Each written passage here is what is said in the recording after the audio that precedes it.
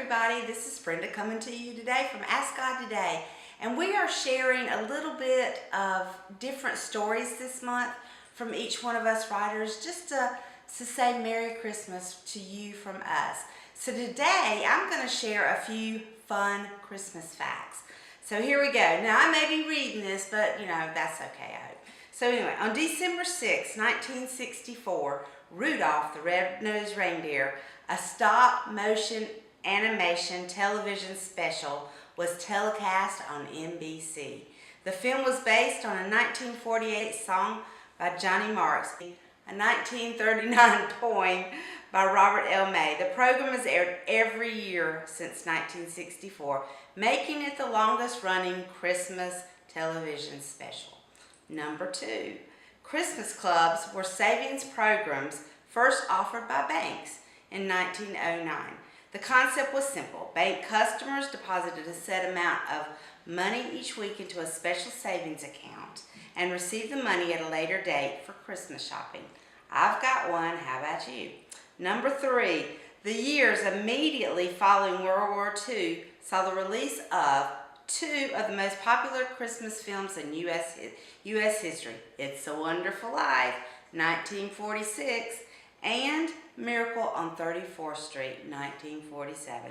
Number 4, The Little Drummer Boy, based on an ancient Shazette folk song, was written by Catherine K. Davis in 1957. The song tells the story of a poor young boy who was unable to afford a gift for the infant Jesus.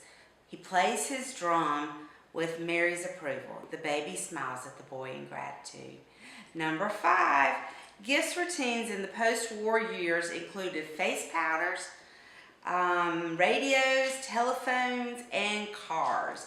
In the early 1950s, angel face powder was advertised as the perfect girl-to-girl Christmas gift. Did you get one? Number 6, another gift in demand was the streamlined oval-shaped Princess telephone, introduced in the early 1960s. The phone came in a variety of colors, including pink, turquoise, and cream. When one of Mattel's Barbie doll outfit included a princess phone as an accessory, a fashion trend was born.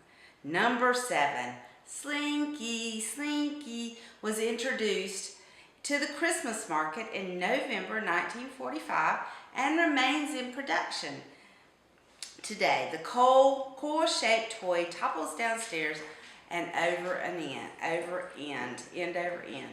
I had one, don't still have it, but did you have one? No. Number 8, by 1963, many baby boomers had reached driver's license age, and for the first time, middle-class families splurged on cars for their offspring.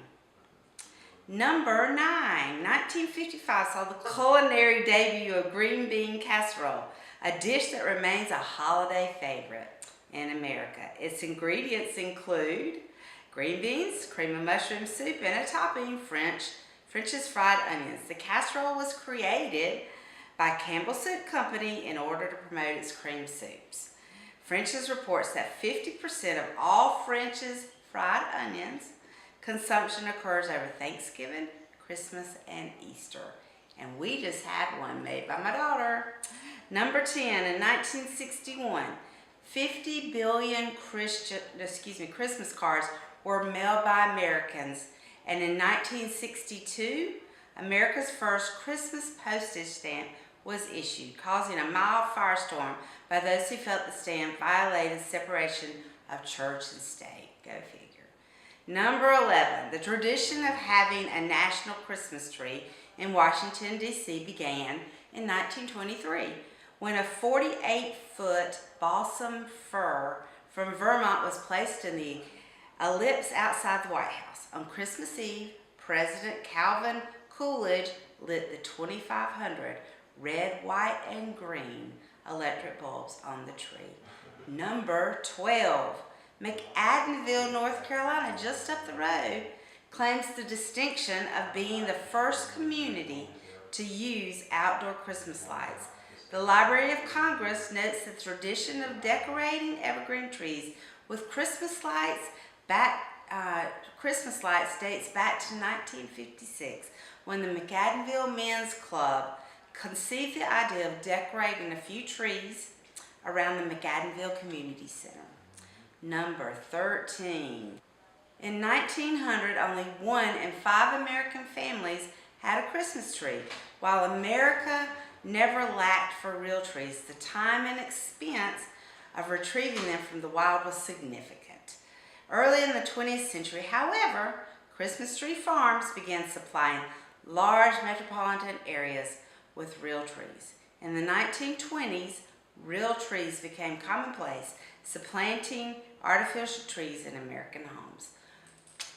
Number 14, your Christmas tree is edible. Really? I don't think so. Anyway, well, unless it's made of plastic. The bark of evergreen trees is not only edible, but it is actually a pretty good source of vitamin C. Just don't eat the pine cones. Number 15, German glass ornaments were introduced to America by Frank Woolworth in the 1880s, but such ornaments were produced under labor-intensive conditions and were very expensive, with few Americans being able to afford them. On the eve of World War II, however, American companies began manufacturing inexpensive, mass-produced ornaments that made it possible for almost any American to have extensive collection of Christmas ornaments for little cost within moments. Number 16, but the world saw its first living nativity scene in 1224, when St. Francis of Assisi recreated the birth of Jesus to explain the holiday to its followers. During that first display, the manger was also used as an altar for Christmas Mass. Number 17, Jingle Bells is one of the best known and commonly sung American Christmas songs in the world.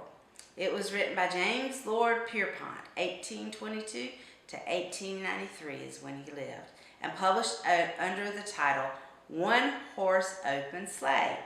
In the autumn of 1857, that's when that began. But even though it is now associated with the Christmas and holiday season, it was actually written for American Thanksgiving.